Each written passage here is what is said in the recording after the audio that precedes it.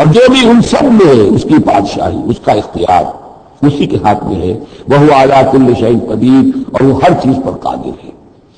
یہاں اللہ کے فضل و کرم سے سورہ انعام، سورہ مائدہ ختم ہوئی، نوٹ کر لیجیے۔ سورہ نساء پر پہلی منزل ختم ہو گئی تھی، سورہ مائدہ پر مکی اور مدنی جو سورتوں کے گروپ سے ان کا پہلا گروپ ختم ہو گیا۔ ایک مکی سورت سورہ فاتحہ، اگرچہ حجم میں بہت چھوٹی، مانن بہت عظیم، پورے قرآن کے ہم وزن۔ فَلَقَدْ آتَيْنَاكَ سَبْعًا مِنَ الْمَثَانِي وَالْقُرْآنِ الْعَظِيمِ، یہ سورہ ہجر میں آج پڑھیں گے، اور اس کے بارے میں یہی رائے ہے مفسرین کی کہ یہ سورہ فاتحہ کے بارے میں۔ لیکن چار یہ عظیم ترین سورتیں جو ہیں جو مدنیات ہیں، بقرہ، آل عمران، نساء اور مائدہ، اور دو دو کے جوڑوں کی شکل میں ہیں۔ ان کا عمود کیا تھا؟ ایک تو شریعت آسمانی مکمل، نمبر دو اس میں اہل کتاب سے گفتگو، رد و قضا، ان پر الزام، انہیں دعوت، وہ سارا جو کچھ تھا، ان کی غلط باتوں پر تنقید، ان کی غلط عقائد کی نفی، ان کی تاریخ کے اندر جو جو اہم واقعات ہیں ان کا تذکرہ، پھر اس کے نتیجے میں ان کا معزول کیا جانا اس منصب سے جس پر وہ 2000 برس سے فائز تھے، امت محمد صلی اللہ علیہ وسلم کو فائز کیا جانا، یہ بھی آخری درجے میں اس گروپ میں یہ بات مکمل ہو گئی۔ اگلا گروپ میں نے پہلے دن آپ کو بتایا تھا کہ اس اعتبار سے بڑا متوازن ہے، اس میں دو سورتیں مکی ہیں، دو مدنی ہیں۔ الانعام الاعراف مکیات، الانفال التوبہ مدنیات۔ ان میں جو تقسیم ہے، جو مکیات ہیں اور مدنیات ہیں اس گروپ کی، اس میں سارا معاملہ ہے مشرکین عرب کے ساتھ۔ اب آپ یہ محسوس کریں گے سورہ انعام کو پڑھتے ہوئے کہ جیسے بالکل نئے ماحول میں آ گئے۔ ہم 4 روز سے جو پڑھ رہے تھے سورہ بقرہ، سورہ آل عمران، سورہ نساء، سورہ مائدہ، منافقین سے باتیں اور یہودیوں سے، نصارہ سے، ان سے ان سے، اب یہاں جو ہے ساری باتیں ہوں گی مشرکین عرب سے۔ یہ مکی صورتیں ہیں۔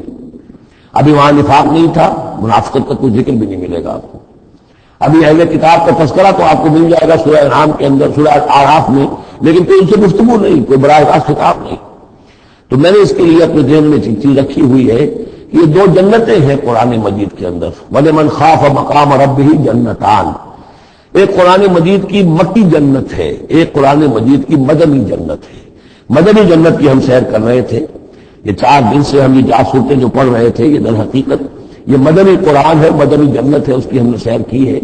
اب مکی قرآن میں ہم داخل ہوں گے، اور اس میں یہ جو 2 صورتیں ہیں یہ حضور کے جو قیام مکہ کا دور ہے اس کے تقریباً آخری زمانے کی ہے۔ یہ گویا کہ اس اعتبار سے مشرکین جو تھے عرب کے اور جو بنی اسماعیل تھے ان پر اتمام حجت اسی طور سے جس طور سے کہ اہل کتاب پر اتمام حجت ہے ان مدنی صورتوں میں، اسی طور پر مشرکین عرب پر، بنی اسماعیل پر اتمام حجت ان 2 صورتوں میں ہے۔ پھر ان میں بڑی پیاری تقسیم ہے۔ مکی صورتوں میں چونکہ ظاہر بات ہے کہ اہم ترین مضمون ایمان کا ہوتا ہے، اللہ کو مانو، اللہ کی نعمتوں کا اقرار کرو، اللہ کے رسول کو مانو، اور ان میں جو استدلال ہوتا ہے وہ شاہ ولی اللہ دہلوی رحمۃ اللہ علیہ کی اصطلاحات کے حوالے سے آپ کو بتا رہا ہوں کہ 2 طریقے سے اللہ تعالیٰ توحید کی طرف لوگوں کو لاتا ہے۔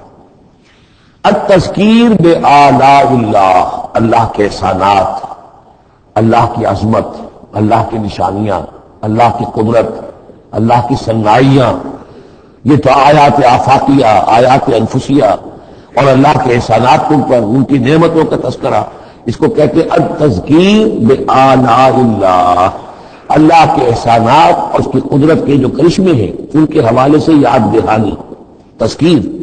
اللہ تعالیٰ کا ایمان ہمارے اندر ہے، ڈورمنٹ ہے، بالقوہ ہے، سویا ہوا ہے، اسے جگانے کے لیے یہ آیات قرآنی آتی ہیں، اسے ایکٹیویٹ کرنے کے لیے وہ پوٹینشیل ایمان ایکچوئل ایمان بن جائے، لیکن اس کے لیے تذکیر ہے، یاد دہانی۔ اس تذکیر کا ایک پہلو ہے تذکیر بآلاء اللہ، اللہ کی نعمتوں، اس کی صنائیوں، اس کی قدرتوں کے حوالے سے اللہ کی ایمان کی دعوت۔ ایک ہے التذکیر بایام اللہ، اللہ کے دنوں کے حوالے سے۔ اللہ کے دنوں میں سب سے بڑے دن وہ ہیں جن میں اللہ تعالیٰ نے بڑی بڑی قوموں کو تہس نہس کر دیا۔ پوری قوم نوح غرق کر دی گئی، پوری قوم عاد برباد کر دی گئی، نسیاں منسیاں، پوری قوم سمود ختم کر دی گئی، چند ساتھی اہل ایمان اور وقت کے رسول بچا لیے گئے۔ ایک کشتی پر حضرت نوح اور ان کے ساتھی محدود چند اہل ایمان، باقی پوری دور انسانی اس وقت تک اتنی ہی تھی، ختم ہو گئی۔ اس طرح قوم عاد بھی ختم ہو گئی، حضرت ہود اور چند لوگ بچا لیے گئے۔ قوم سمود پوری ختم ہو گئی، حضرت صالح اور چند اہل ایمان بچا لیے گئے۔ قوم شعیب پوری ختم ہو گئی، مدین کے لوگ صرف حضرت شعیب اور ان کے چند ساتھی بچا لیے گئے۔ عمورہ اور سدوم کی بستیاں برباد کر دی گئی، صرف حضرت لوط علیہ السلام اور ان کی بیٹیاں وہاں سے نکل سکی، باقی پوری قوم ختم ہو گئی۔ تو یہ ایام اللہ، آل فرعون غرق کر دیے گئے۔ یہ اللہ کی سنت رہی ہے کہ جب بھی کبھی اس نے کسی قوم کی طرف رسول کو بھیجا، نبی نہیں رسول، جب رسول بھیج دیا گیا، اب اگر قوم نے رسول کو رد کر دیا تو پھر اس کے ساتھ رعایت نہیں ہے، پھر وہ قوم ختم کر دی جائے گی، گویا کہ ثابت ہو گیا ان میں کوئی خیر نہیں ہے۔ جیسے آپ کسی باغ میں سے پتے وتے جھاڑ جھکاڑ جمع کر کے آگ لگا دیتے ہیں، تو گویا کہ یہ دنیا کے باغ کے اندر اب یہ جھاڑ جھکاڑ ہے، ان میں کوئی خیر رہا ہی نہیں۔